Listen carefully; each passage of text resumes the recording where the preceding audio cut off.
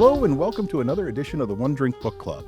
Today I'm talking with author Samuel Ashworth about his new novel, The Death and Life of August Sweeney. August Sweeney is a celebrity chef who is a man of huge appetites for food, for sex, for fame. The book tells his story through Maya Zhu, the doctor performing his autopsy. Zhu is a focused and driven doctor who is a second-generation Chinese American who has her own issues with intimacy and connection. Sam, welcome to the podcast. Jamey, thank you so much for having me today. Well, first of all, I want to say that I really enjoyed the book. It was an interesting premise. So, just the whole idea of trying to tell somebody's story through their autopsy, through their death, and what scars and implications meant on their body, and how it talked about the way they lived and the way they died, I thought was really interesting. And it sounds like it was a lot of fun to research and write that book. So. Fun sometimes, brutal also, and very painful. All right. Well, being that this is the One Drink Book Club, I guess my first question is, what drink did you bring today, inspired by the book? I have brought a Corpse Reviver #2, which seemed like the only appropriate choice. Nice. I was a bartender for a very long time. And this one was always a favorite. What is in a Corpse Reviver? Well, usually it's gin, Lillet. Okay. Like triple sec or Quattro. Okay. Lemon juice, and then it's supposed to have a rinse of absinthe. Ooh. Rinse, glass, dump it out. I don't have any absinthe. Well. What am I doing drinking absinthe?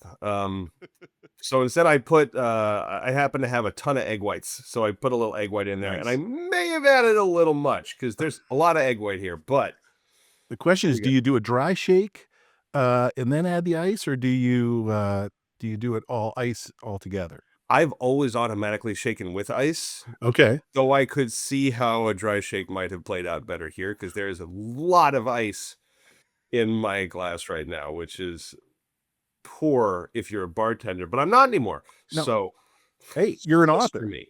So, what do you got? Well, I was trying to look for something that would go to August's gourmand side. So I actually was trying to find like something with caviar or foie gras or something. But what I settled on was kind of a basic old fashioned, but with fat washed bourbon. Yes. So I thought that would be something that August would appreciate. So it was bacon fat washed bourbon, and then just to add a little extra, which is probably unnecessary, I had some 24 karat gold flakes that I put on top, which I thought, for some of those New York restaurants he was working at would have definitely. He would very much have appreciated. That is that we could call that one the August, frankly. That was amazing. It's l'chaim. Well, cheers. I sort of want your drink, frankly. It's funny when I started writing the book, I was working at a bar in Boston, and as I was finishing my time there, they started making bacon washed bourbon. They were in the basement of the restaurant. There were big buckets with bourbon, and they'd have the bacon in cheesecloth just teabagged into huge amounts of it. And that was the first time I'd actually tried that ever. Yeah. It's good. It's a little much, I think, sometimes, but I also, that's August. Yeah, that's true. I had at a bar in Seattle, probably 5 years ago, it was the first time I'd had a peanut butter infused bourbon drink. And so they had done a whole sheet tray of peanut butter, put a whole bottle of bourbon on top. Then they strained the bourbon, and then they used like banana liqueur in it as well. It was actually a fantastic drink.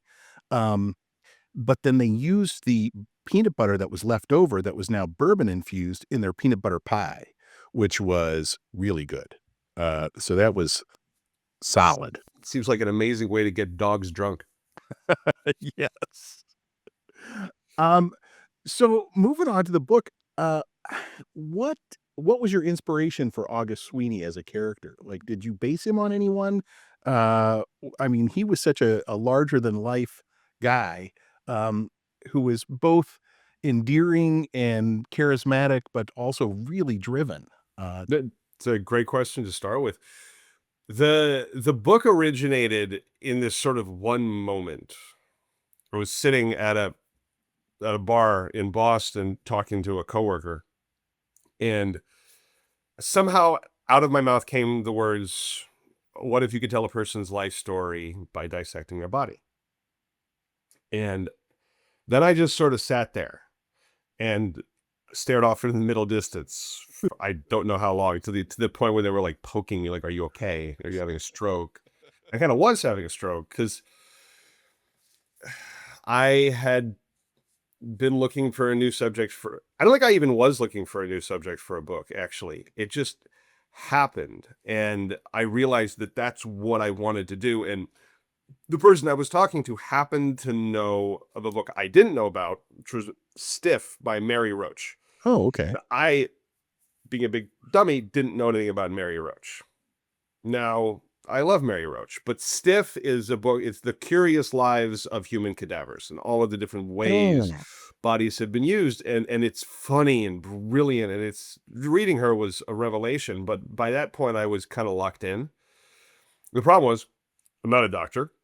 Right. I don't know much of anything about anatomy. I had taken a class in primate anatomy in college. That was about it, which was surprisingly helpful. I'll bet. I mean, they're probably relatively similar. hmm I got a whole I got a whole tight 10 minutes on how this is the most important part of the human body. Hmm. You want it? Sure. Okay. Yeah. Okay. So, you've probably never thought about this. You don't may not even know it has a name. But this little cleft between your nose and your upper lip is called the philtrum. Okay. And if you look at animals, most mammals have what's called a wet nose, Okay. otherwise known as a rhinarium. That's the black nose of a dog or a cat or a bear or any other animal you've seen. It's not just their nose though. That organ actually extends all the way down around their upper lip. This whole thing is an olfactory organ. Oh, interesting. But what that means is because this is all one organ, it doesn't move independently. When you get into the higher order of apes, that goes away. You look at chimpanzees, bonobos, gorillas, orangutans, they don't have that moist nose. They have a dry nose. And they also have this philtrum. What that means is their upper lips can move independently. And if your upper lip can move independently, you can make facial expressions. Oh, interesting. You can form language. You can form more complicated sounds, but especially you can make facial expressions. And chimps, especially, will flap up their upper lip. We can't Oh, quite yeah. do it, Yeah. and I'm not doing it because I'm on camera. But all of that leads to increased socialization between the animals and between us. So a lot of what makes us human actually is starts from this organ.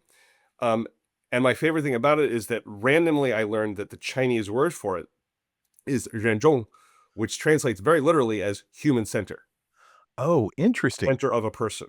I don't know why Huh. they call it that. It's not in the center, but anyway. So it's that kind of curiosity, that kind of fascination with the body that sort of got triggered when I had that thought. And what happened next was I got lucky, and a friend of mine. The whole story of this book is me getting lucky with people I knew. A friend of mine was at med school, and she agreed to let me come down to Pennsylvania and go to her gross anatomy lab. Right, it's the first Oh, class for yeah. all medical students that Sure. they do gross anatomy, and that's you in a lab full of cadavers, which is not a place I ever really imagined myself. But one night, she just let me in, and there's 40 bodies in various states of dissection. Unveiling? Yes. Prevailing, and this is important because in an anatomy lab, the whole body isn't visible at the beginning.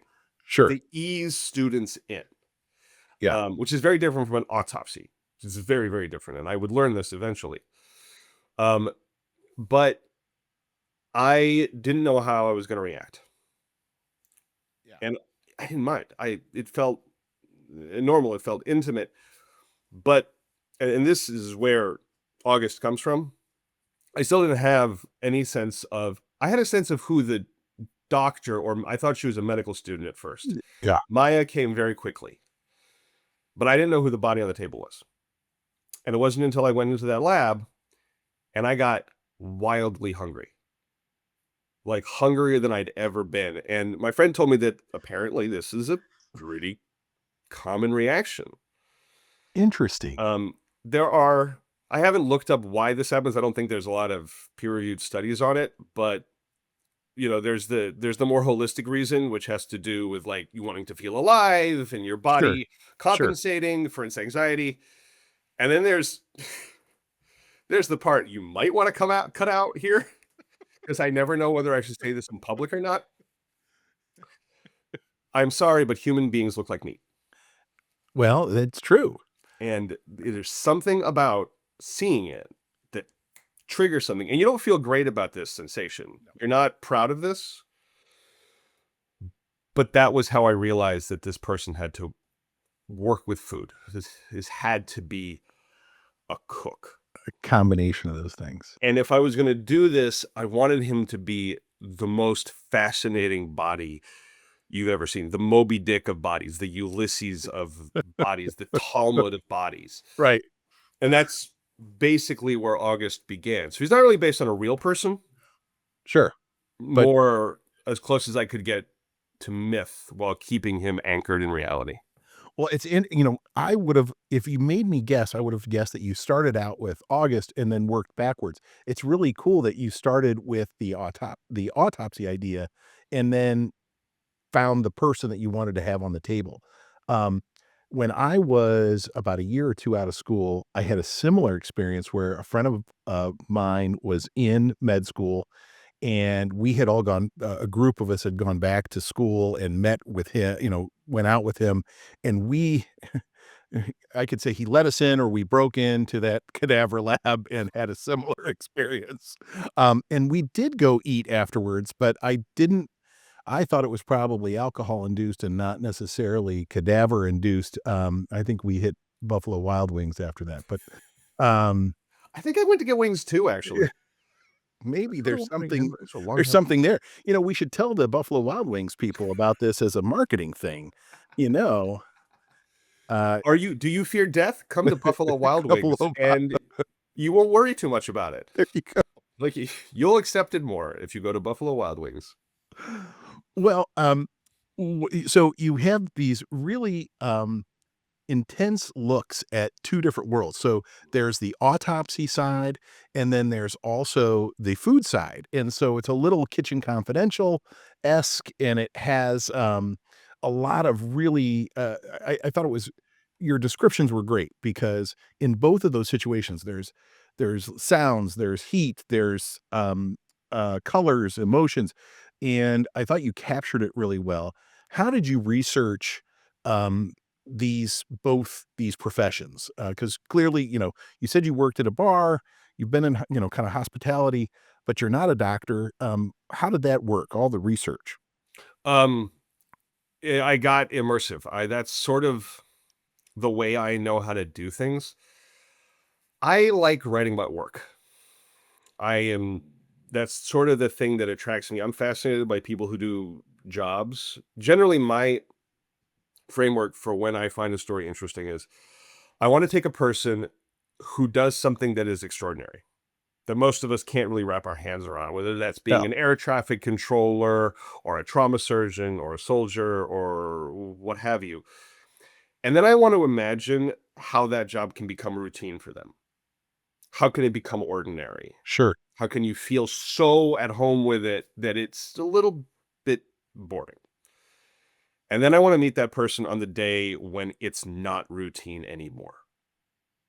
That's kind of how I lock into stories. This is just a recurring thing for me. I didn't plan it out that Interesting. way. So for this book, I had the opportunity to go and do both of the things I had to do. And if I hadn't been able to go to an autopsy lab, I would never have been able to write this book. It just would never have come together, because I was in grad school. Um, and one of the beautiful things about being a graduate student is that when you ask me what, uh, if I, if I ask a person to let me into something, they are much more likely to say yes to a graduate student because you're not a journalist. Right, right. People will say yes, even though you tell them you're probably writing about this anyway. So I think it was 2017. Yeah, it was that summer, 2017.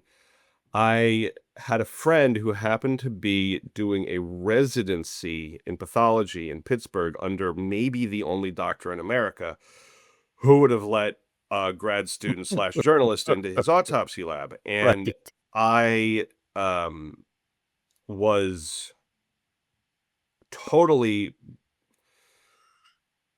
I mean, it was a life-changing experience. I wasn't sure how I'd react. But Sure. the very first thing you realize within a couple minutes in that room is that everything you've ever seen on television or movies about autopsies is completely wrong. And I had tried writing this a bunch of different ways. I had written her as a medical student, and I realized that she didn't have the knowledge I needed. So I made her a pathologist. But every word that I'd written to that point was garbage. It had borne no reality to what a lab is like. And within Right. 2 weeks, I had learned so much. I'd seen something like 6 or 7, I think 7 autopsies I'd assisted. They wouldn't let me handle sharp objects, which was for the Probably best. best. Definitely for the best. But when I came out of it, I just had such a renewed sense that this was something that I wanted to do, that this was a story I wanted to tell. And then that same summer, I got a grant from the program I was in to travel to France. And I went to be a stagiaire, like a prep cook, in a Michelin-starred kitchen in the south of France, because It I it had it never been in a kitchen. it sounds awesome. Was it awesome or was it No, hard? no.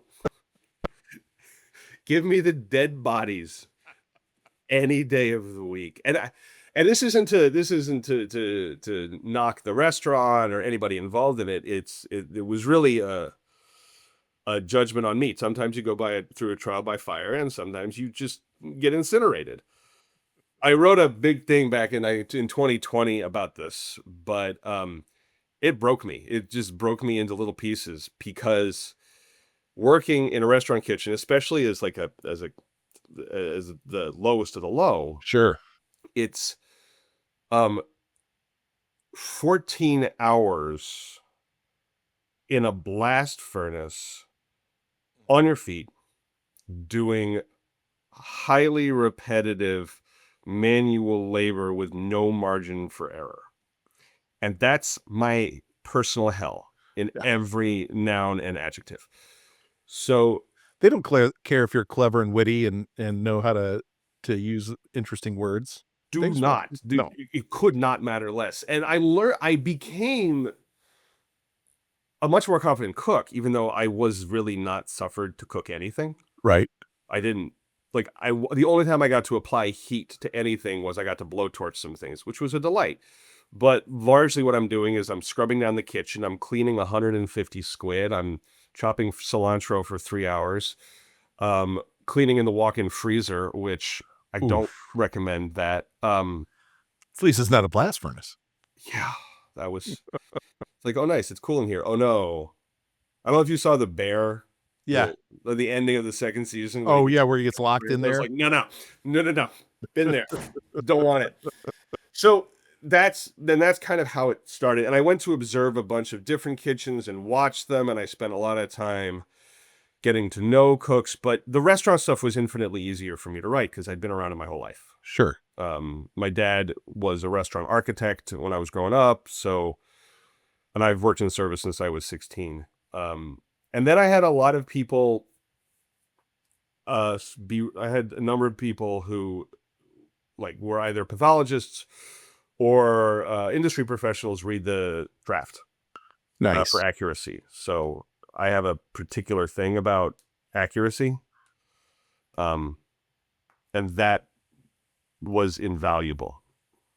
Well, I can't speak to any of the autopsy stuff, but I worked in restaurants when I was, in college and in high school, and while it wasn't high-end Michelin starred restaurants, it still rang true to me, just that kind of environment. It's a really unique place to work as you talk about jobs and Yeah. things. There's a real camaraderie, but then there's, this high adrenaline and it's physical. I mean, you're exhausted at the end of it. And all of your stuff felt very real, and it jived with, like I said, Kitchen Confidential and some of those other books out there that are kind of first person, um, not exposés, but just, revealing what that world is like, and it's very different if all you've done is gone to restaurants as a customer, it's Mhm. not you wouldn't know. Yeah, and part of also what I really cared about was, well, you mentioned Kitchen Confidential.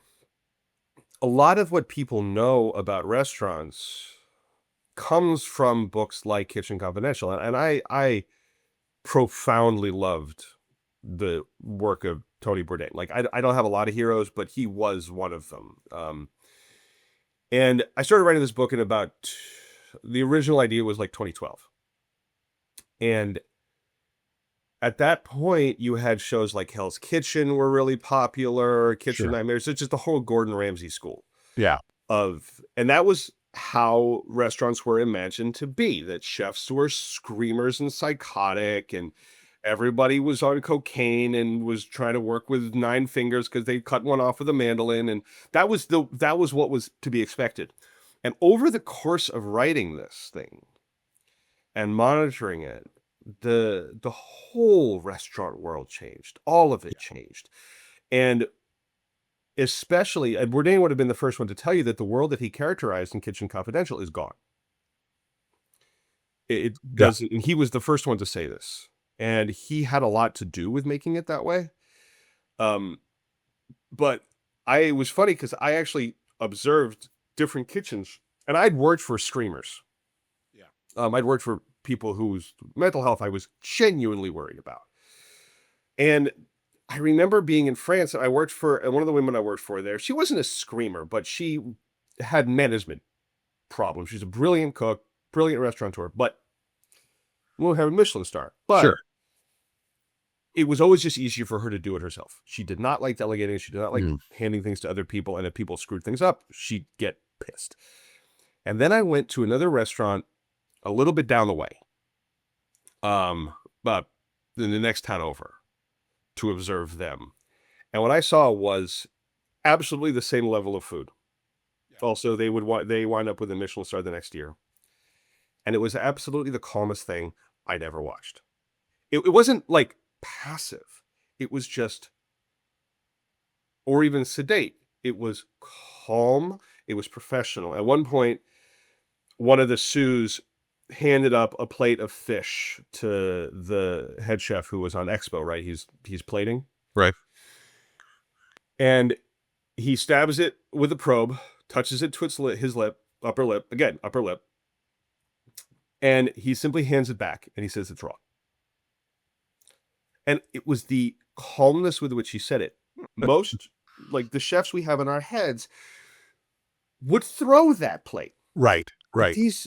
this isn't how it's being done now. And this is why these people created this restaurant. He's like, let's raw, put it back in. Yeah. He puts it back in the pan, bare hands it back in the pan, gives it a minute or two, hands it back. It's fine. Good Right. to go. Nobody lost their minds. And it was the seamlessness of this that took my breath away. And then to wrap it up, as I was finishing the book, I happened to be finishing the book at the end of 2020. And at the end of 2020, two industries were currently going through an apocalypse: Oh, the sure. medical Yeah. industry and the service industry. Not just because of COVID, but also because of Me Too Yeah. and the restaurant world, especially. Right. The closest analog to August is Mario Batali. Yeah, who you included in the book, which I thought was cool, Yeah, he's and in it the book. felt, it made it feel more real, and that was the thing about Kitchen Confidential, it didn't include this fame, you know, 'cause nobody knew Mhm, who good point. Anthony Bourdain was when he wrote it, so none of his book dealt with the idea that not only are you this professional and you're a business person, because there are 2 different you're a creative person as being a chef, but then you also have to know about how to make money, and clearly your character August kinda goes through that, where he's trying to experiment with all this stuff, high-end ingredients and kind of French recipes, but not acknowledging that, "Oh, yeah, we have to sell these, and that you can't ruin half of them, and you have to be efficient," and all of those things. But then he's also dealing with this fame that he got from, being on the Food Network, and how did that affect things? So, I think it added a lot more than just the look at the kitchen, because it looked at the industry in general and this kind of phenomenon of the celebrity chef. Yeah, thank you. I tried to make this book the most accurate book ever written, novel ever written about the restaurant industry because there's shockingly few of them.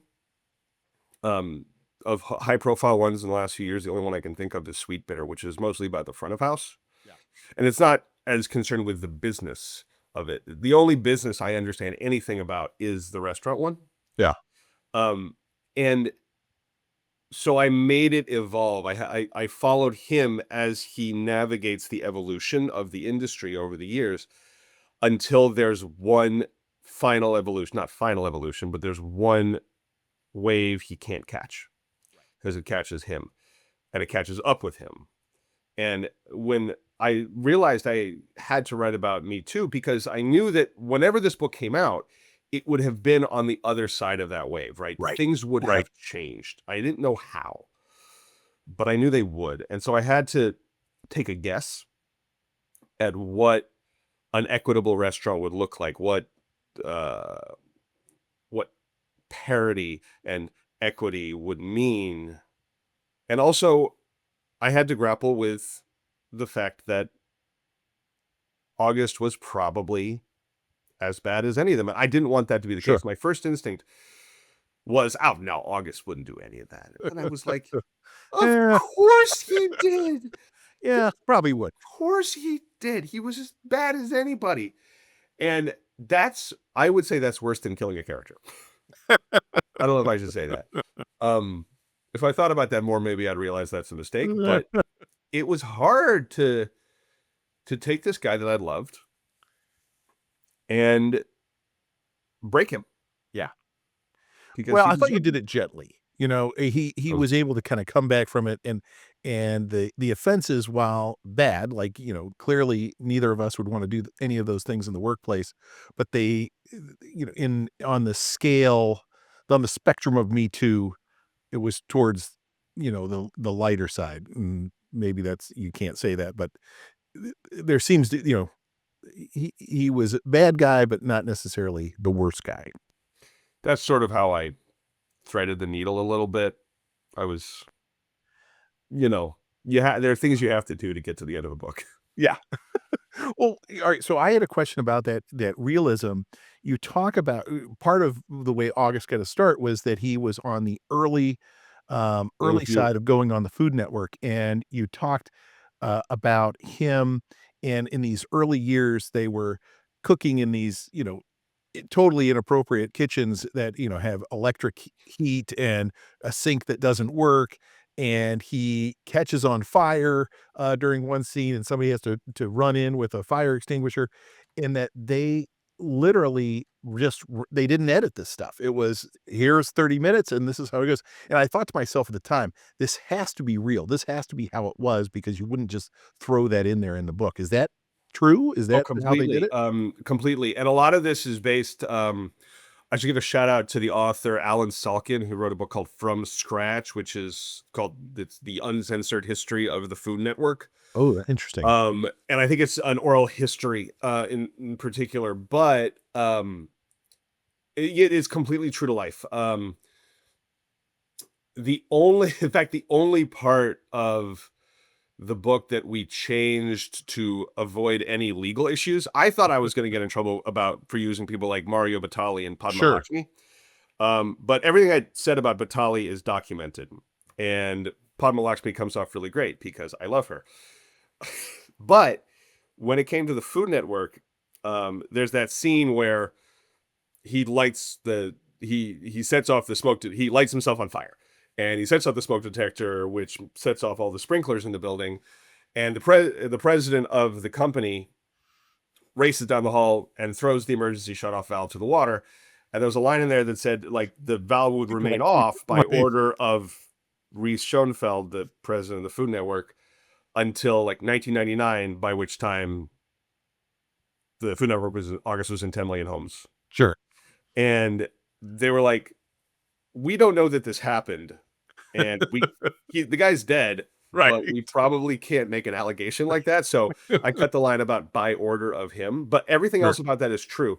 The stuff about Emerald, the first show was in fact called How to Boil Water. That's how they launched Emerald. Everything went into the can. Everything like went into the can, right onto television. No reruns ever. And the only way that the Food Network knew how it was doing, how a show was doing, because they weren't Right. getting rated. You mentioned that. It was Yeah, all about phone calls or letters. They could letters only asking for recipes. yeah. Um, and so I loved that.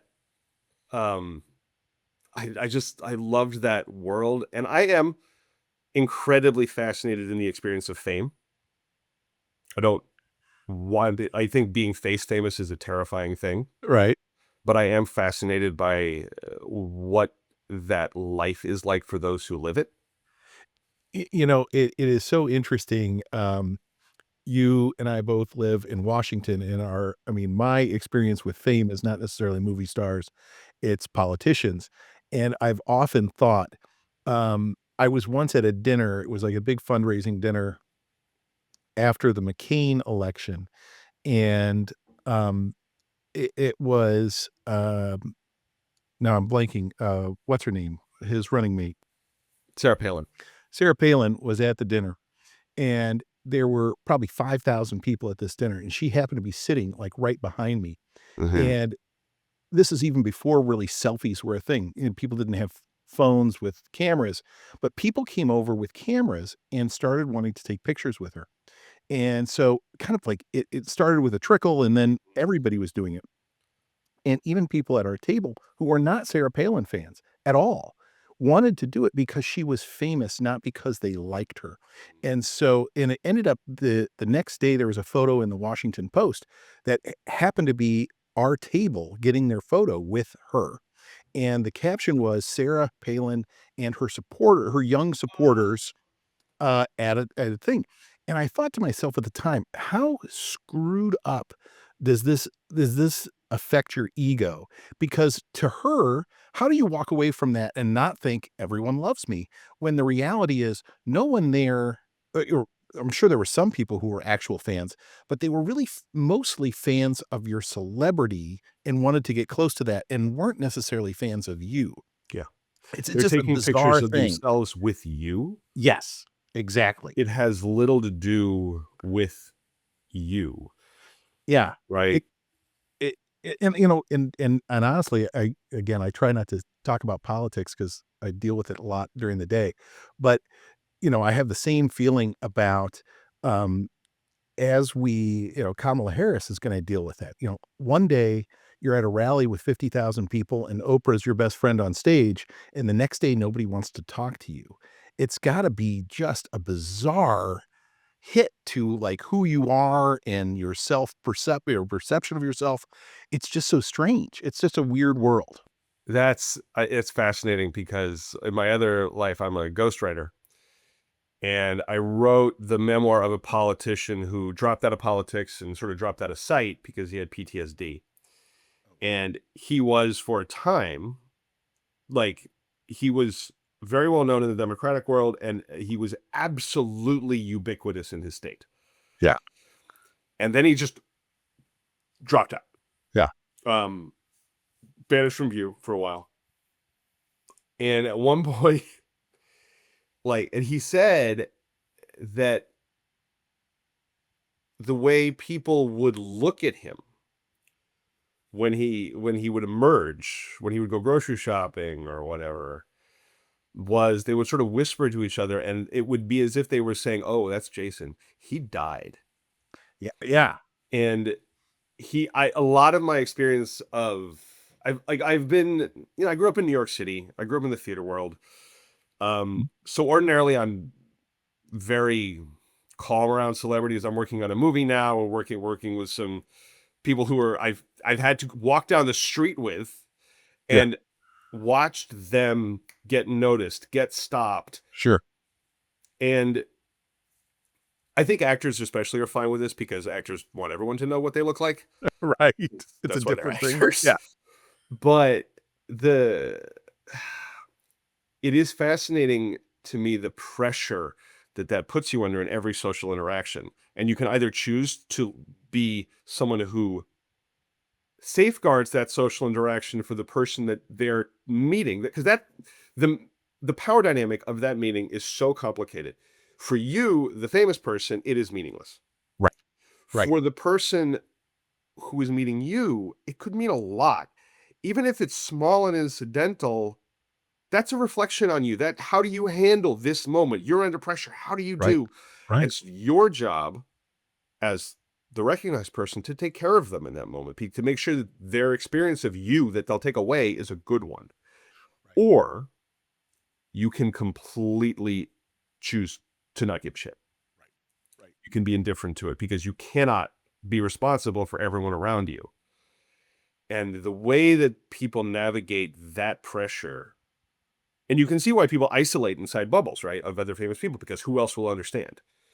And I E wrote that into the book. Like, one of my favorite parts of the book is when he thinks he's out of Olympus. He thinks he's gone, but the Jizza still wants to smoke cigars with him outside the natural history, like the Mhm. Natural History Museum deck.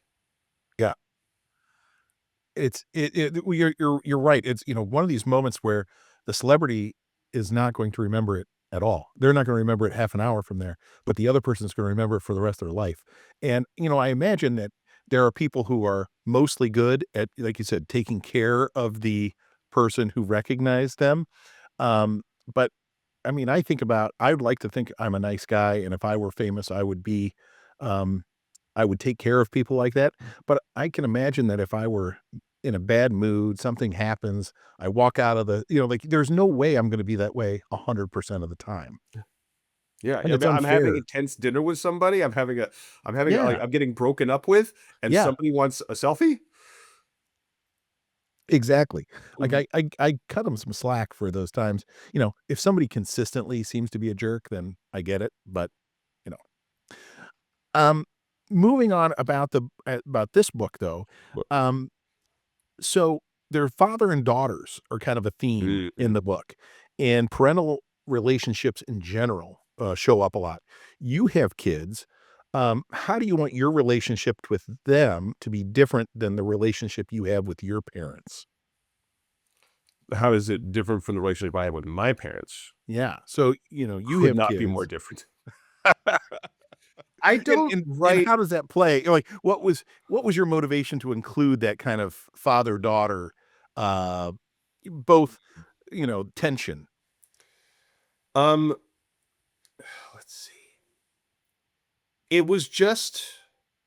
It was very much a pure fiction. Um, Maya is. I'm not going to say she's based on my wife, because my wife is not like her at all. But my wife is Chinese. She did emigrate here when she was 7, and so a lot of the and like I speak Chinese. I spent a lot of time there, and so there is a strain of her story in it. But this doesn't describe her relationship with her parents Sure. almost at all either.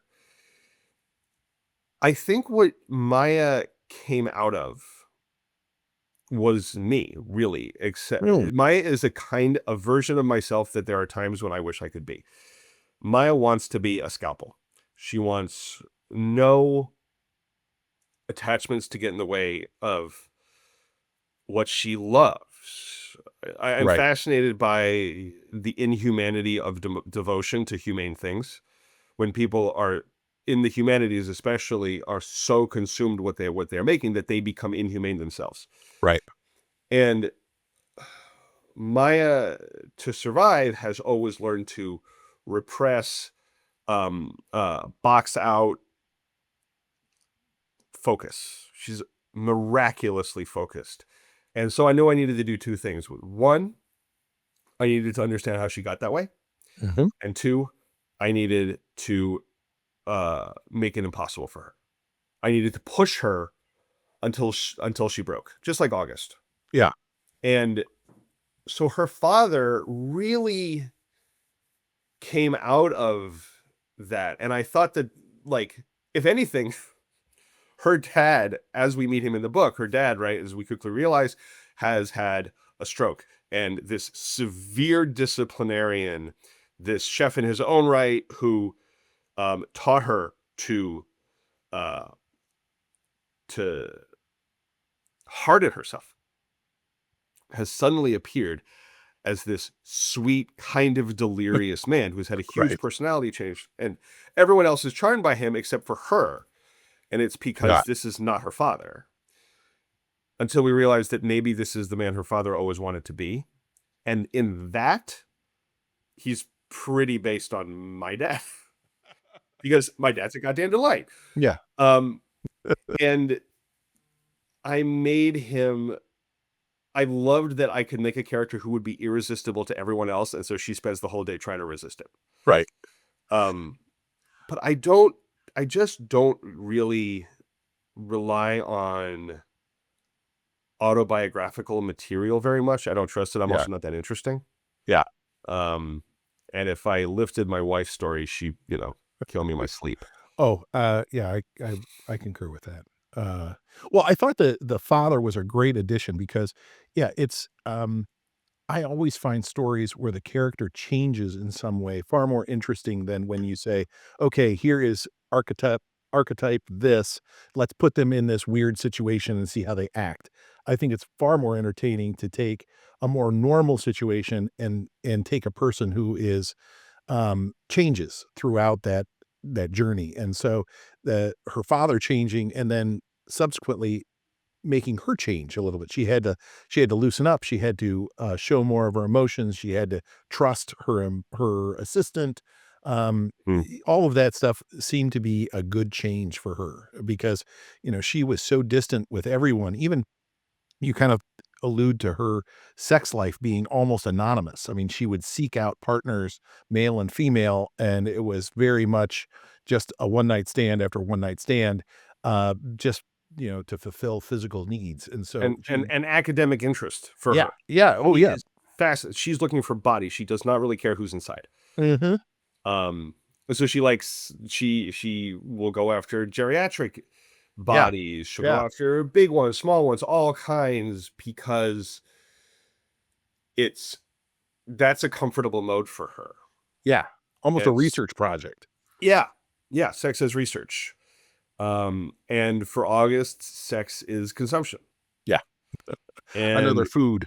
yeah, it's another food. And for both of them, I had to get them to see other people as things that mattered.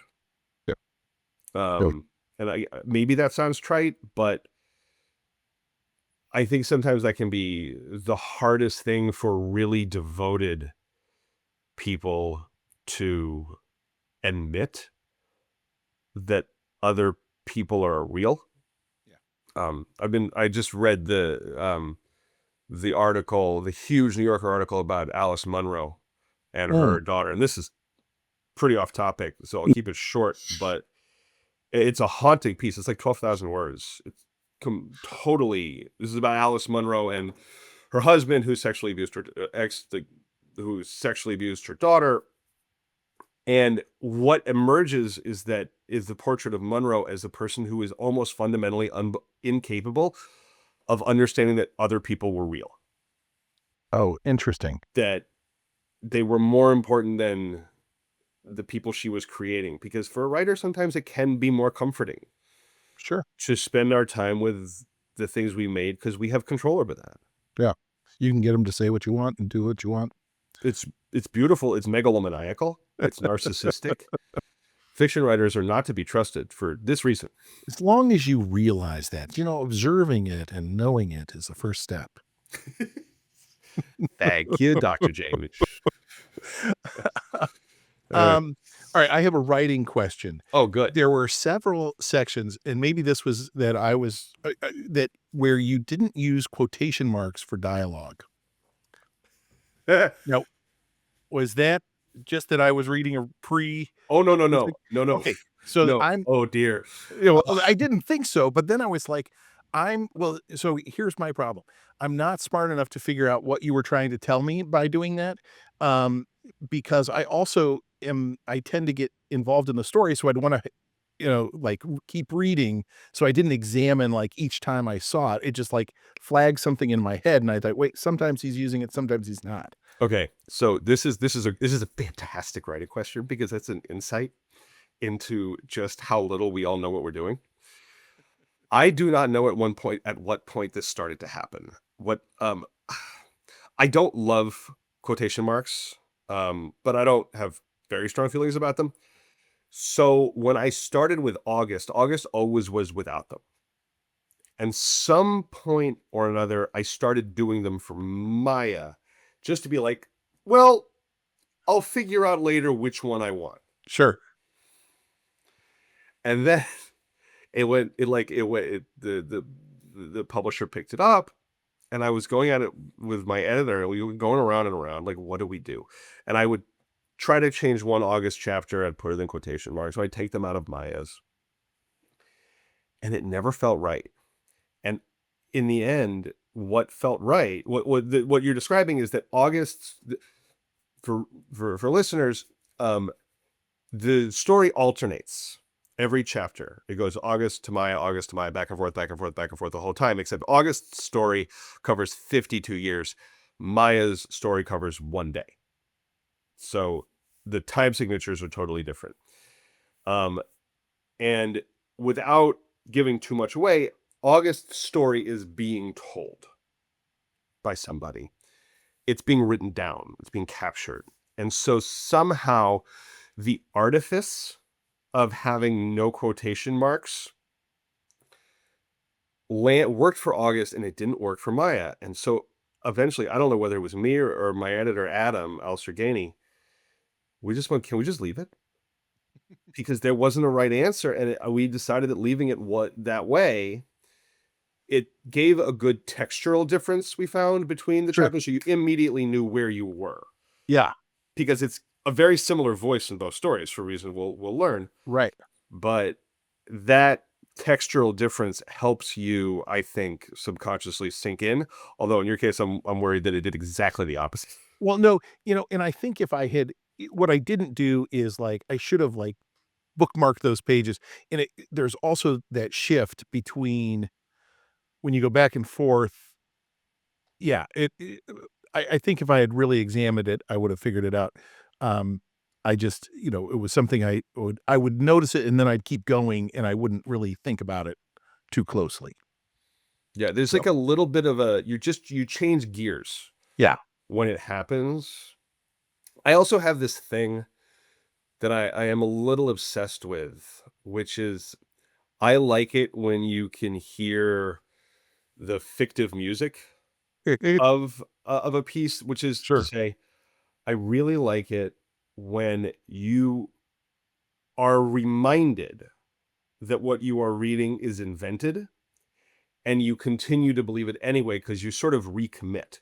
sure, This is why breaking the fourth wall is so powerful, right, because you are telling the reader, you're the viewer, this is fake. I made this up. Someone has right, made this up. right, There is a set. This is a character. I'm an actor. But your faith in the story is unbroken. In fact, it's stronger because it's been tested like that. So things that do interrupt the dream and you go back to sleep again. yeah.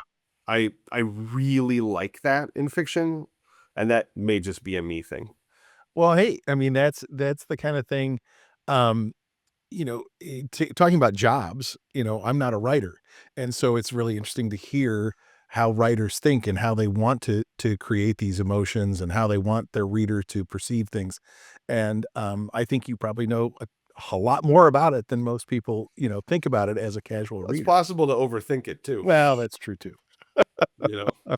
We never know whether we are viciously overthinking something or not. Usually are. Yeah, we probably are. Yeah. Well, what's next for you? What are you working on now? This comes out when, we're recording this before it comes out. I'll publish this around in March when it comes out to the public. Um, what's your next project? What are you working on? Right now, so there's two things. One is a long-term book project that I've been kicking around in my head, and I may be turning into a screenplay. I pivoted to Cool. screenwriting pretty hard in the last 2 years. I got brought into something, and I've found that I love it. Um, Partially because it's collaborative, Mhm. and I like working with people, which is I'm happier. I'm the kind of person who doesn't know what he thinks until it falls out of my mouth, which is how this book got started. That's me too. Um, Talking gets me into trouble. Me But too. Hey. yeah, the project that I really want to do is there's two ways to pitch it. One is the sexy way, where I say, "Let me tell you about the most powerful American you've never heard of." And it is the man responsible for American economic dominance in the last 75 years. Mm. The most powerful unelected official in U.S. history, who did more than anyone else alive to cement American economic dominance, and who was also the whole time a Soviet asset. Ooh, Right. interesting. It sounds sexy when Okay. I Right. say it Yeah. like that, Yeah. doesn't it? Totally. And then I tell you, Who is he? Who is he? and I tell you that he is.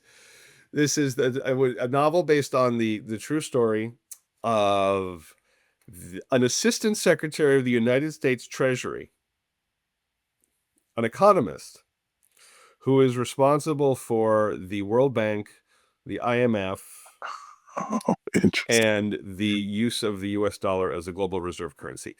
And who basically, and this is where, and it's the story of the man who set up Bretton Woods. Oh, Which, if you interesting. are an economist listening to this, you just clapped your hands with glee because you know who this guy is. I just visited the room where the Bretton Woods Accords were signed. In Mount Washington Hotel. It's That's where I my son's getting married there in August. whoa. Yeah. Ooh, I love that for you. That's gonna be great. Yeah, I went there 2 years ago. I go and my wife and I, who kind of has the job that this man used to have, Oh, interesting. um, we went and we got a nice tour from like a more in-depth tour about the conference. But yeah, when you say you're pitching a book about an economic conference, people go, "Why?" So So I like your description, your first description first one's much good, better. right? Yeah, yeah, it The second sounds one's very rough. exciting. But I tried. What I like to. The best thing I can say in my defense is that I tried really hard not to write this one. I tried to have better ideas. I came up with other stuff. I started writing other books. And then I found that whenever I would talk about the other books, um, I would talk about why they were important, why I could do them, why I had the access that I needed. Oh, And you're whenever trying I to started convince talking, yourself. Yeah. yeah, Yeah. like it was the right sensible choice, Right. right? And then when I started talking about this book, I could not stop. I would just go and Well, go that's a good and go. sign. And finally, one day I heard myself and I said, That's how you choose." Because it's always hard for us to choose. The opportunity cost of every book is so high. Sure. Oh, yeah. Time, emotion, Oh, money, all God. that. Yeah. But writing the project you can't shut up about is It's usually a good one of the sign. better one of the better pieces of advice I have, even though if it's a deranged project. Um, So I'm working on like kicking that around. I'm starting work on some new scripts, and we'll hopefully the one that I've done gets moving soon. Nothing is, I don't know. I'm mostly trying to get this thing Sure. Well, no, out this is into the world. exciting. Yeah, it's really exciting. Well, thank you so much for taking the time Thank and, you. joining me here and, sharing a drink. Cheers to the release of The Death and Life of August Sweeney. Death and Life of August Yeah. Sweeney. I think I'm gonna take your cocktail idea, and that'll be the August in my head from now on. That might have to Right. be it. Alright, well, good. I really Um, appreciate it. alrighty. Well, if you're listening, please subscribe, or visit the onedrinkbookclub.com and, join us next time for another book. All right. Thanks, Jamey. Alright. Hey, thank you.